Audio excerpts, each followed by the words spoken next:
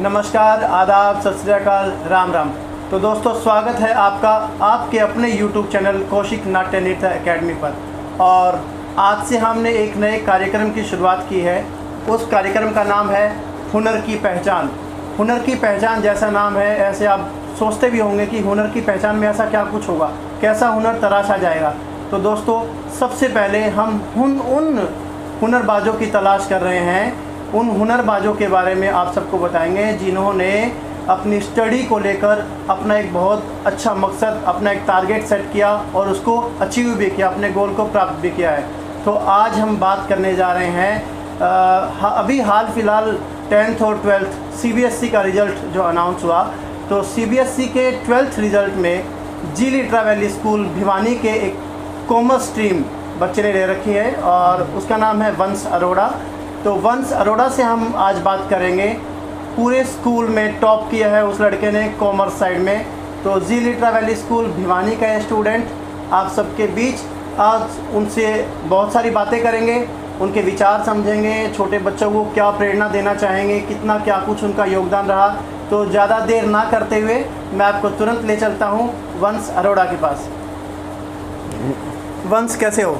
हाँ, मैं सर अच्छा हूँ सर, बिल्कुल। सबसे पहले तो मैं आपको मुबारकबाद दे दूं कि आपने जी लिट्रा वैली स्कूल में पढ़ते हुए कॉमर्स स्ट्रीम में आपने स्कूल में टॉप किया है। उसके लिए आपको बहुत बहुत बधाई, congratulation. Thank you so much. हमारी पूरी कौशिक नाट्य नृत्य एकेडमी की टीम से आपको पुनः मैं बधाई देता हूँ। Thank you sir. आपसे आज आपकी निजी ज़िंदगी के बारे में कुछ सवाल पूछेंगे। हाँ जी। और जितना भी आपको आपकी खुद की ज़िंदगी के बारे में पता है उसके बारे में आपको बड़े ही खुले मिजाज से और दिल खुश करके आपको बोलना है, क्योंकि आप स्कूल टॉपर हैं जी स्कूल के, साइंस कॉमर्स स्ट्रीम के। तो आप बहुत अच्छे से उस चीज़ को बता सकते हो, क्योंकि कॉमर्स और मेडिकल ये सब लेना हर किसी के बस की बात नहीं है। सिर्फ वो बच्चा ले सकता है जो अपने टारगेट अचीव करता है या गोल जिसने सेट कर रखा है कि मैं इस चीज़ को प्राप्त कर लूँगा। तो मेरा पहला सवाल आपसे ये रहेगा कि आपका क्या टारगेट था? हाँ जी। कि आप जब 12th के आपके रिज़ल्ट एग्ज़ाम होंगे तो एग्ज़ाम में आपने एक टारगेट सेट किया होगा कि हाँ मेरे इतने % नंबर आने चाहिए, मैं उसमें संतुष्ट हूँ, और आगे मेरे इतने, तो मैं खुश हूँ या दुखी हूँ? हाँ जी। तो आप क्या कहना चाहेंगे? सर, पहले तो मैं बहुत खुश हूँ कि मेरे इतने अच्छे मार्क्स हैं, 96.6%। अब टारगेट की बात करें पर टारगेट मैंने सोचा था 93 to 94%, पर ये तो उससे भी बहुत ज़्यादा अच्छे आए हैं। 95% प्लस मार्क्स बहुत लोगों के कम आते हैं। यस। हाँ जी सर, तो मैं बहुत खुश हूँ सोच के। मेरा आपसे दूसरा सवाल कि क्या राज है, क्या ऐसा मूल मंत्र है जो आप इतना सारा अपना जो टारगेट आपने अचीव किया, आपने सोचा था कि 92 पॉइंट कुछ आ जाएंगे लेकिन आपके 96 आ गए। हाँ जी सर। ऐसा क्या मूल मंत्र आपने अपनाया कि आपके इतने % नंबर आ गए? सर, कोई मूल मंत्र या सीक्रेट तो नहीं था, पर ये कहना चाहूँगा कि जब भी हार्ड वर्क करो या जब भी पढ़ो, मतलब मन लगा के करो, कहीं भी अपना डिस्ट्रैक्शन नहीं होना चाहिए। ओके, तो आप थोड़ा सा हमारे व्यूवर्स को बताएं, क्योंकि हमारे YouTube चैनल पर पूरे इंडिया के बहुत सारे कलाकार भी हैं और बहुत सारे बच्चे भी जो पढ़ते हैं वो भी जुड़े हुए हैं। तो आप बच्चों को क्या एक मैसेज देना चाहोगे कि बच्चे किस तरीके से पढ़ाई करें, कितने घंटे की पढ़ाई से ही आप अपने टारगेट को अचीव कर सकते हो? हाँ जी सर, मैं ये कहना चाहूँगा अपने जूनियर्स को कि सारे लोग, तुम सबसे सुनते होगे कि 10 to 12 आवर्स की स्टडी चाहिए होती है, पर ऐसा कुछ नहीं है। मैंने भी ऐसे ही अपना टारगेट अचीव किया। पहले मेरी 3 आवर्स की ट्यूशन होती थी, फिर उसके बाद मैं अपने सेल्फ स्टडी करता था 3 to 4 आवर्स की। ओके। पर जब मैं अबाउट 7 to 8 आवर्स पढ़ता था, पर जितना भी पढ़ो पर मन लगा के पढ़ो, कहीं भी तो मन डिस्ट्रैक्शन नहीं होना चाहिए कि ये नहीं कि 1 घंटा पढ़ा फिर 2 घंटा खेला या कुछ भी और करा। जब भी पढ़ो मन लगा के पढ़ो। बिल्कुल सही कहा वंश ने कि आप 10 से 12 घंटे पढ़ने की आपको कोई ज़रूरत नहीं है। आप चाहे 2 घंटे पढ़ें, लेकिन वो 2 घंटे पूरा का पूरा उसमें ध्यान लगा के पढ़ें। जो भी आप सब्जेक्ट पढ़ रहे हैं पूरा 2 घंटे उसको डिवोट करें, तब अपने लक्ष्य को प्राप्त कर सकते हैं। ऐसा ही कहना है सर आपको? हाँ जी सर, बिल्कुल जी। अब मेरा आपसे तीसरा सवाल कि आपका रोल मॉडल कौन है? सर, मेरे रोल मॉडल मेरे शुरुआत से मेरे पेरेंट्स रहे हैं और मेरे टीचर, जिन्होंने मेरे को हमेशा सपोर्ट की है। जी। हाँ जी। फिर भी एक ऐसा रोल मॉडल होता है ना, हाँ यार मुझे तो बस उनके जैसा बनना है, वो आप किसको श्रेय देना चाहेंगे? उसका किसका नाम लेना चाहेंगे? सर, मेरे फादर को सर। फादर साहब? हाँ जी सर, बिल्कुल। आपके फादर साहब करते क्या हैं? सर, बिजनेसमैन है। बिजनेसमैन? हाँ जी सर। तो मेरा आपसे चौथा सवाल कि आपके इतने अच्छे मार्क्स आ गए, तो तो आपने टारगेट भी अचीव कर लिया, सब कुछ कर लिया, तो आपकी फ्यूचर प्लानिंग क्या रहेंगी और किस जगह जाके आप एडमिशन लेना चाहेंगे कि आप जो आपने आगे की फ्यूचर प्लानिंग की है वो आपकी सक्सेस हो सके? सर मेरे पास कॉमर्स स्ट्रीम थी, तो कॉमर्स स्ट्रीम में बहुत ऑप्शंस होते हैं आगे, पर जैसे कि मेरा हॉबी थी प्रैक्टिकल सब्जेक्ट्स की, मैं प्रैक्टिकल सब्जेक्ट्स में थोड़ा ज़्यादा अच्छा था, तो मैंने आगे अपना टारगेट लिया सीए पूरी करने का। तो मैं आगे अब सीए की कोचिंग स्टार्ट कर रहा हूँ मैं। हाँ जी सर। कहाँ एडमिशन लेना चाहते हैं आप? सर अभी मैंने एडमिशन सोचा है लेने का कि पारस इंस्टीट्यूट से, हिसार में है जो, वहाँ पे पारस से आप करना चाहते हैं? हाँ जी सर। ठीक है, तो आप जब सीए बन जाएंगे तो आप मतलब किस तरह से वर्क करना चाहेंगे? सर बाहर जाके किसी बड़ी कंपनी में, जैसे लोग सुनते हैं कि रिलायंस के जो होते हैं या और भी बहुत बड़ी कंपनी है, टाटा हो गया, उनमें जॉब करने की कोशिश करना चाहूँगा मैं। जी, आपने कुछ कभी ऐसा प्लान किया है कि मैं तो एक स्टूडेंट हूँ, कभी आपके मन में आया हो कि मैं तो एक स्टूडेंट हूँ, मैं किसी गरीब की हेल्प क्यों करूँ, या कोई ऐसा आपने कभी ऐसा कुछ आपके दिमाग में पिक्चर ऐसी बनी कि मैं किसी ज़रूरतमंद इंसान की हेल्प करूँ, या आपके परिवार से कभी आपको ऐसी कोई प्रेरणा मिली हो? हाँ जी सर, मैं हमेशा ऐसे करता हूँ कि कोई भी किसी को ज़रूरत हो किसी चीज़ की, तो हम अपनी तरफ से पूरी कोशिश करते हैं कि उसकी ज़्यादा से ज़्यादा हेल्प कर सकें। कोई एक उदाहरण देके बताइए सर। जैसे लॉकडाउन की वजह से जहाँ पे बहुत लोग हैं ऐसे लेबरर है जिनको खाना नहीं मिल पा रहा था, हम कोशिश करते हैं कि वो खाना प्रोवाइड करने की कोशिश करें, चाहे थोड़ा थोड़ा पर कोशिश करें।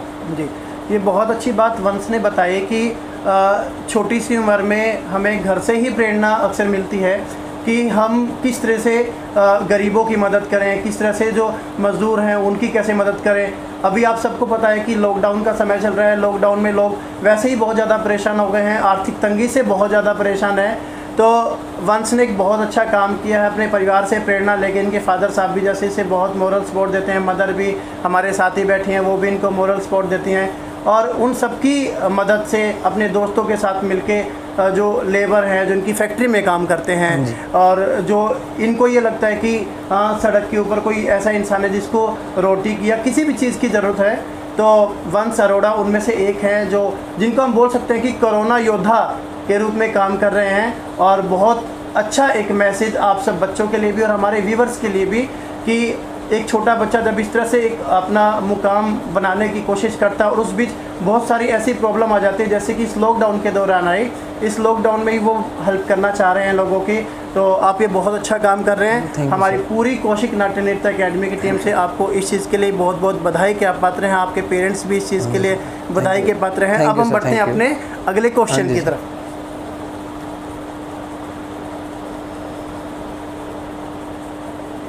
आप मुझे ये बताइए कि कौन सा ऐसा सब्जेक्ट है जिसमें आपको ये लगता था कि मुझे इतने घंटे पढ़ाई इस सब्जेक्ट के लिए करनी है, और ये तो चले मेरा बहुत फेवरेट सब्जेक्ट है, मुझे आता है, उसकी पढ़ाई कितनी कम की या उससे ही की ज़्यादा की? आप ऐसा कौन सा ऐसा सब्जेक्ट मानते हैं? सर मेरे जैसे मैंने पहले बताया है कि मेरा फेवरेट सब्जेक्ट प्रैक्टिकल सब्जेक्ट्स होते हैं, जैसे अकाउंट्स हो गई कॉमर्स में जी, या मैथ्स हो गई या इकोनॉमिक्स का कुछ पोर्शन हो गया, तो मैं थोड़ा उस पर थोड़ा कम ध्यान देता था कि मेरे को पता है कि वो मेरे को एक बार पढ़ने से या सेल्फ स्टडी करने से समझ आ जाता था। तो मैं अपने थ्योरेटिकल सब्जेक्ट्स में थोड़ा ज़्यादा ध्यान देता था, जैसे कि बिजनेस स्टडीज़ या फिर इकोनॉमिक्स का कुछ पोर्शन है, फिर इंग्लिश हो गया जी, तो उन पे थोड़ा ज़्यादा ध्यान देता था, क्योंकि उन पे जैसे सारा सुनते हैं कि सीबीएसई भी उनमें थोड़ा मार्क्स कटिंग करती है ज़्यादा, तो उन पे मेहनत करने की कोशिश थोड़ी ज़्यादा होती थी मेरी। जी, अच्छा एक चीज़ और, आप जैसे आपने बताया कि भाई ज़्यादा ज़रूरी नहीं है कि आप इतना देर पढ़ाई करें, आप कंसंट्रेट करके 2 से 3 घंटे पढ़ाई करके भी अपने टारगेट को अचीव कर सकते हैं। इसके अलावा आप गेम्स या कुछ ऐसा कुछ करते हो जिससे आपको लगता हो कि हाँ, क्योंकि आपकी फिजिकल फिटनेस देख के लगता है कि आप अभी कुछ करना शुरू करेंगे, शायद अब तक आपने ना किया हो, तो अभी आप ऐसा क्या कुछ प्लान कर रहे हैं? सर पहले तो मैं अपना मतलब थोड़ा माइंडसेट को भी फ्रेश करने के लिए पीसी गेम ज़्यादा खेलता था, कि उससे थोड़ा माइंड फ्रेश हो जाता है, फिर उससे कंसंट्रेशन की पावर बढ़ जाती है जी, जिससे कि हम और ज़्यादा पढ़ाई कर सकते हैं जी। हाँ जी सर। अच्छा अब आप ये बताइए कि जैसे ही रिज़ल्ट, जब सीबीएसई ने, अब की बार तो ऐसा भी हुआ था कि किसी को कोई ऐसी इन्फॉर्मेशन नहीं थी कि आज रिज़ल्ट आएगा या कल आएगा, सिर्फ दुविधा में थे सीबीएसई की तरफ से। तो जैसे ही आपको पता लगा कि मेरा रिज़ल्ट आ गया है, तो सबसे पहले आपके एक्सप्रेशंस कैसे रहे होंगे, कुछ ऐसा बताइए। सर रिजल्ट का क्या टाइम फील किया होगा आपने? सर रिजल्ट के टाइम तो ये रहा था कि मेरे को पता भी नहीं था कि रिजल्ट आउट हो चुका है जी। मेरे को तो मेरे फ्रेंड का फ़ोन आया था कि ऐसे रिजल्ट आउट हो चुका है। फिर मैंने अपने साइट ओपन करी CBSE की, पर वो साइट ओपन नहीं हो रही थी क्योंकि बहुत सारे स्टूडेंट्स कोशिश करते हैं। फिर हम तो हार मान चुके थे कि साइट ओपन अभी नहीं होएगी, बाद में होएगी। पर उसी टाइम में प्रिंसिपल मैम का फ़ोन आया था हमारे स्कूल के। फिर उन्होंने हमको फ़ोन करके बताया था कि कॉन्ग्रेचुलेशंस वंश, आपके हाईएस्ट मार्क्स हैं पूरे स्कूल में, कॉमर्स स्ट्रीम में। तो सर ये सुन के अच्छा तो बहुत लगा था। तो कई बार होता है ना लड़कियों का, तो अक्सर ऐसा होता है कि हाय मेरे इतने नंबर आ गए और उनके टीयर्स निकलना शुरू हो जाते हैं। ऐसा कुछ आपके साथ हुआ है या फिर एक्साइटमेंट में बस कि हाँ मैं कूद लूँ, मस्ती कर लूँ या स्कूल जाऊँ, ऐसा कुछ क्या फील था? वो थोड़ा सा बच्चों को बताएं और जितने हमारे व्यूवर्स हैं उनको बताएं ताकि आपसे वो प्रेरणा ले सकें। हाँ जी सर, टीयर्स तो नहीं पर खुश बहुत हुआ था मैंने सब बाद में सभी टीचर्स का फ़ोन भी आया था मेरे पास कॉन्ग्रेचुलेशंस कहने के लिए। सबको मैंने थैंक यू कहा कि आपने इतनी हेल्प की, हमेशा मोरल सपोर्ट दिया मेरे को। फिर मैं थोड़े टाइम बाद स्कूल में भी गया सभी टीचर से मिलने के लिए, उनका आशीर्वाद देने के लिए, ताकि मैं आगे फ्यूचर में भी ऐसी अच्छी मेहनत कर सकूं और अच्छे मार्क्स आ सके मेरे। चलो अच्छा, एक सवाल, दो सवाल और रहेंगे मेरे आपसे। एक सवाल तो ये कि आपकी जो प्रिंसिपल हैं उनका कितना अहम रोल है आपके परसेंटेज में आने का? अच्छा, प्रिंसिपल मैम तो हमारे मतलब फ्रेंड के जैसे थे। हमेशा हमको जब भी चाहते थे, जहाँ भी जैसा भी सपोर्ट करते थे। हम अगर कहें कि मैम हमको रेस्ट चाहिए तो हमको उसी टाइम रेस्ट मिल जाता था। हम कहें मैम हमको पढ़ना है तो मैम अपना कोई भी ज़रूरी काम छोड़ के भी हमको पढ़ाने के लिए आ जाते थे। मतलब जो भी हम उनसे डिमांड करें, मैम हमको आज कहीं जाना है, हमको कहीं घुमाने के लिए टूर पे लेके जाए तो हम हमारे टूर भी ऑर्गेनाइज़ कराते थे ताकि हमारा माइंड फ्रेश हो सके। ऐसे बहुत मैम ने काम किया हमारे लिए। जी, आप एक बार हमारे व्यूवर्स को आपकी प्रिंसिपल मैम का नाम बताना चाहेंगे? Mrs Alka Mathur. Okay, very good. मेरा एक सवाल और, बहुत ही ज़रूरी सवाल समझता हूँ मैं, जिससे भी मैंने आज तक पूछा है, कुछ किसी का कुछ रिएक्शन रहा है, किसी का कुछ, आपसे पूछना चाहूँगा क्योंकि आप कॉमर्स स्ट्रीम के स्कूल के टॉपर हैं, जी Litera Valley senior secondary school Bhiwani के टॉपर हैं। तो आप ये बताइए कि केवल NCERT की बुक्स ही काफ़ी हैं या फिर आपको कोई एक्स्ट्रा बुक भी पढ़नी चाहिए अपना गोल को अचीव करने के लिए? सर इसमें ये कहना चाहूँगा कि 12th क्लास एक ऐसी मेजर क्लास है जिससे आपका पूरा फ्यूचर डिसाइड हो सकता है। तो सिर्फ NCERT तो वैसे बहुत ज़्यादा सफिशिएंट है, पर फिर भी कुछ बच्चों को ऐसी कोशिश करनी चाहिए रिवीजन के टाइम कि वो थोड़ा एक्स्ट्रा बुक से भी पढ़ सकें, क्योंकि कुछ ना कुछ ऐसी बात आ जाती है कि जो NCERT में बहुत कम है वो आपको समझ नहीं आ पा रही, पर एक्स्ट्रा बुक्स में वो थोड़ी कुछ ज़्यादा होती है। कि कोशिश करनी चाहिए एक बार NCERT के साथ कुछ एक्स्ट्रा बुक्स पढ़ो। अगर वो आपके पेपर में काम ना आए तो कोई ना, पर आपकी नॉलेज तो गेन हो सकती है उससे। डेफिनेटली, बिल्कुल सही कहा है वंश ने। अब आज का एक आखिरी सवाल। हाँ जी सर। आपसे, आप आपके जूनियर्स को क्या ऐसा मैसेज देना चाहते हैं जिससे उनका पढ़ाई में और ज़्यादा ध्यान लगे? वो क्या ऐसा करें, क्या कुछ आपकी तरफ से टिप्स होंगी हमारे सभी बच्चों के लिए, क्योंकि यूट्यूब चैनल को हर कोई देखता है और कौशिक नाट्य नृत्य अकेडमी को वैसे भी बहुत सारे लोग पसंद करते हैं, बहुत प्यार करते हैं। तो आप क्या कुछ कहना चाहेंगे बच्चों को, प्लीज़ बताएं। सर बस यही कहना चाहूँगा कि हमेशा काम करते रहो, पर साथ में मस्ती भी करो, पर काम भी उसके डबल होना चाहिए। ये नहीं कि तुम सिर्फ मस्ती पे ध्यान दो और काम ना करो। और इसके लिए मैं एक बात कहना चाहूँगा, एक कोटेशन है जिससे मैं बहुत ज़्यादा इंस्पायर होता हूँ। If you can not fly then run, if you can not run then walk, if you can not even walk then crawl, but whatever you do you have to move forward in your life always. बिल्कुल बिल्कुल सही कहा आपने कि जब भी आपको ये लगे कि हम हताश हो गए हैं, आज हमसे ये चीज़ नहीं होनी है, तो आप दोबारा से कोशिश करो, दूसरे रूप में उसकी कोशिश करो, तो आप अपने गोल को प्राप्त कर लेंगे। ये थी वंश अरोड़ा से बात। अब हम इनकी कुछ चुलबुली हरकतों की बातें करेंगे उनकी मदद से। मैम, आपका हमारे कौशिक नाट्य नृत्य अकेडमी चैनल पर आपका बहुत बहुत स्वागत है। सबसे पहले आप अपना नाम बताएंगे और फिर वंश की कुछ छुई अनछुई बातें भी आप प्लीज़ हमें बताएं, हमारे सभी व्यूवर्स को बताएं प्लीज़। मैम, मेरा नाम ममता है, ममता अरोड़ा जी। बस ये है कि शुरू से ही थोड़ा नोटी रहा है, स्टडी में थोड़ा अच्छा है, इसका इंटरेस्ट काफ़ी अच्छा है, मतलब शुरू से ही रहा है कि फर्स्ट डिवीज़न पे ही रहा है। ये है कि इसे कहना पड़ता है बार बार कि प्लीज़ बेटा पढ़ लो, प्लीज़ बेटा पढ़ लो, बिना कहे कि कुछ नहीं कर सकता। जी मैम, कुछ बचपन की इसकी बातें बताइए थोड़ा सा। बस ये थोड़ा ये है कि शुरू से ही मतलब इसका थोड़ा टीवी में इंटरेस्ट है। ये है केयरिंग है, काफ़ी केयरिंग है, ऐसा नहीं है कि केयरिंग है पेरेंट्स के लिए, बाहर सोशल उसके लिए बहुत मतलब ये करता है।